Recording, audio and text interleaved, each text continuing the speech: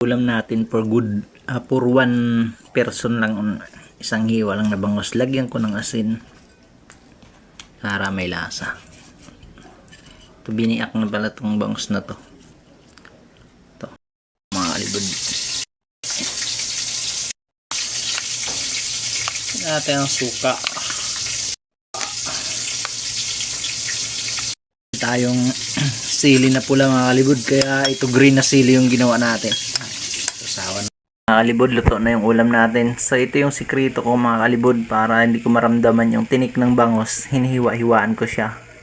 I-try nyo mga kalibod, pag nagluto kayo ng bangos, hiwa-hiwaan nyo ng maliit para pakiramdam nyo walang tinik.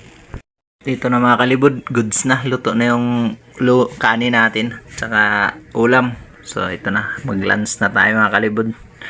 Banat na may dukot pa doon natira. Masarap yung dukot. Thank you mga kalibod.